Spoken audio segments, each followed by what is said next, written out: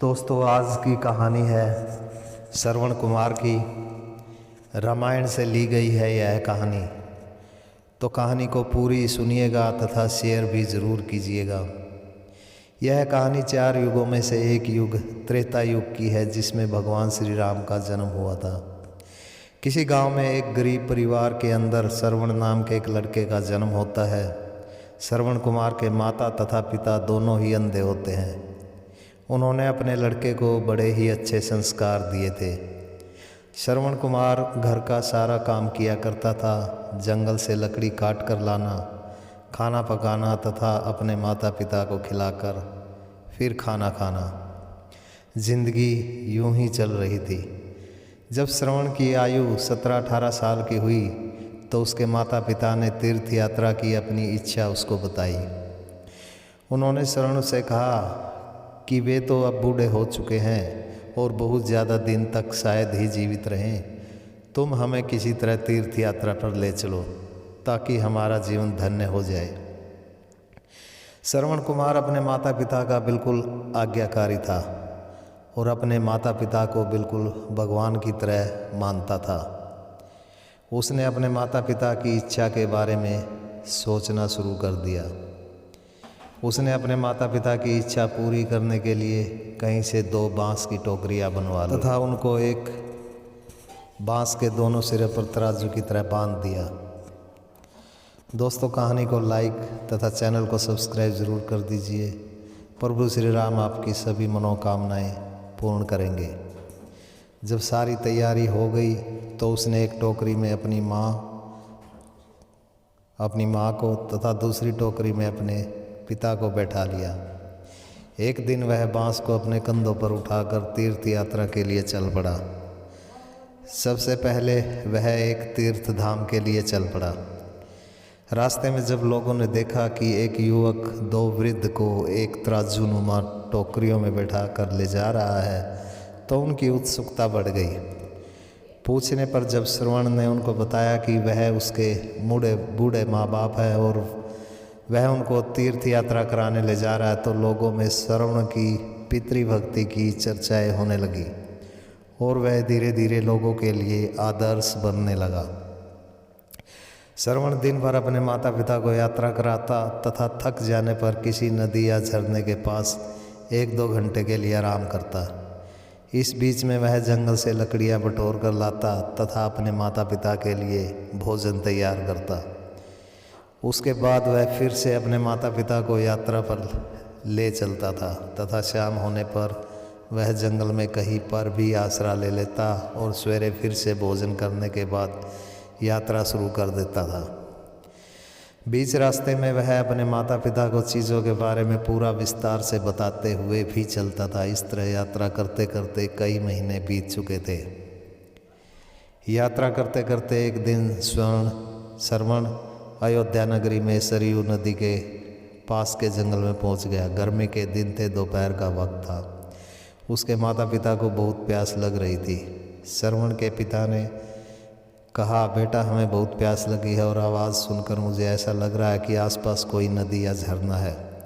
हमें यहीं पर उतार दो और आसपास देखो, कहीं पर कोई पानी हो तो ले आओ।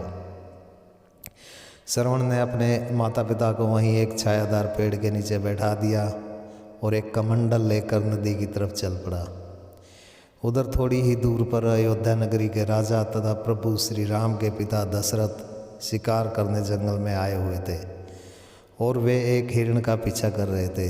राजा दशरथ की खासियत यह थी कि वे शब्द की दिशा में बाण चलाने की कला में निपुण थे और उनका निशाना कभी चूकता भी नहीं था।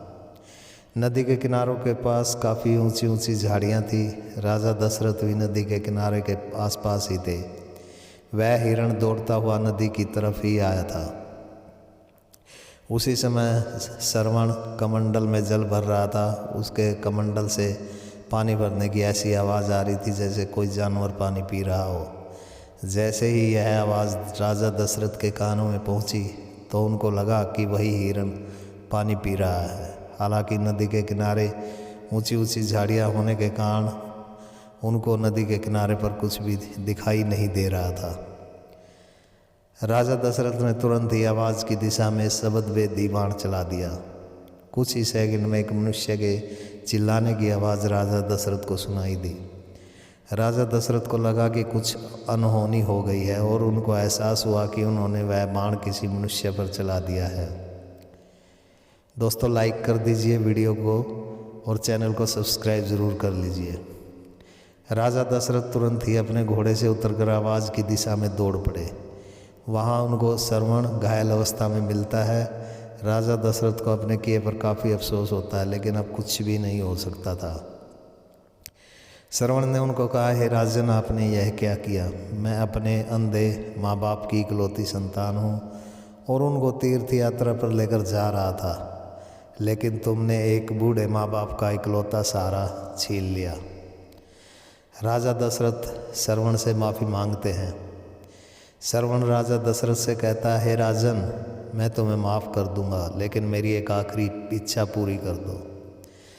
यहाँ से कुछ दूरी पर मेरे अंधे माँ बाप मेरी राह देख रहे होंगे। आप उनको मेरे बारे में बता देना और उनको यह पानी पिला देना। यह कहकर श्रवण अपने प्राण त्याग देता है। राजा दशरथ कमंडल में पानी लेकर श्रवण के माता पिता के पास आते हैं। राजा दशरथ के कदमों की आहट सुनकर श्रवण की माँ पूछती है, अरे तुम कौन हो? राजा दशरथ उनको बताते हैं। दोस्तों, कहानी को लाइक तथा चैनल को सब्सक्राइब ज़रूर कीजिएगा।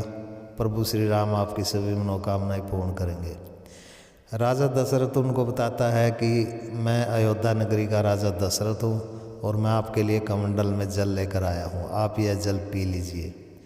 श्रवण के पिता ने राजा दशरथ से पूछा, हमारा पुत्र श्रवण कहाँ है? राजा दशरथ ने कहा कि पहले आप यह पानी पी लीजिए। श्रवण के पिता ने फिर पूछा, नहीं, पहले तुम श्रवण के बारे में बताओ। राजा दशरथ माफ़ी मांगते हुए पूरे विस्तार से उनको श्रवण के बारे में बताते हैं कि किस तरह उनके बेटे ने उनके बाण से घायल होकर दम तोड़ दिया है। श्रवण का पिता रोते हुए दशरथ से बोला, हे पापी, तूने यह क्या किया?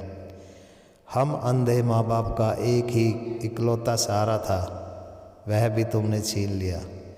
तुम अगर किसी को जीवन दे नहीं सकते तो तुम्हें किसी का जीवन लेने का अधिकार भी नहीं है, चाहे वह कोई पशु हो या कोई इंसान। हमारे पुत्र जैसा इस संसार में ना तो हुआ है और ना ही कभी होगा। हम बूढ़े माँ बाप अब अपने श्रवण के बिना जीकर क्या करेंगे? श्रवण के पिता ने आगे कहा, हे राजन, जिस प्रकार हम बूढ़े माँ बाप अपने पुत्र के वियोग में अपने प्राण त्याग रहे हैं, हम तुम्हें श्राप देते हैं कि तुम भी भविष्य में पुत्र वियोग में अपने प्राण त्याग दोगे। यह कहकर श्रवण के माता पिता दोनों अपने प्राण त्याग देते हैं। राजा दशरथ को अपने किए पर बहुत पश्चाताप हो रहा था, लेकिन अब किया भी क्या जा सकता था। अपने किए का प्रायश्चित करने के लिए उसने श्रवण तथा उसके माता पिता का वहीं पर अंतिम संस्कार कर दिया। इसके बाद राजा दशरथ बुझे मन से अपनी अयोध्या नगरी को लौट गए। दोस्तों, यह कहानी बिल्कुल सत्य कहानी है। इस कहानी से हमें यह शिक्षा मिलती है कि हमें अपने माता पिता की सेवा करनी चाहिए, भगवान की तरह उनका आज्ञाकारी होना चाहिए। अपने अंतिम समय में भी श्रवण ने अपने माता पिता के बारे में ही सोचा तथा अपने माँ बाप को पानी पिलाने के बदले अपने मारने वाले को भी माफ़ कर दिया था। ऐसी पितृभक्ति ना तो इस संसार में आज तक श्रवण के अलावा किसी ने की है और शायद ही कोई करे। इसके अलावा राजा दशरथ की मूर्खता के कारण श्रवण की मृत्यु हो जाती है, इसलिए किसी भी कार्य को करने से पहले उसके अंजाम के बारे में भी एक बार ज़रूर सोच लेना चाहिए।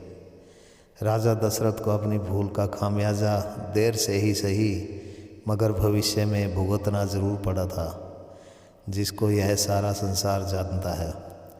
दोस्तों, चैनल को सब्सक्राइब कर लीजिए, वीडियो को लाइक ज़रूर कर दीजिएगा। धन्यवाद।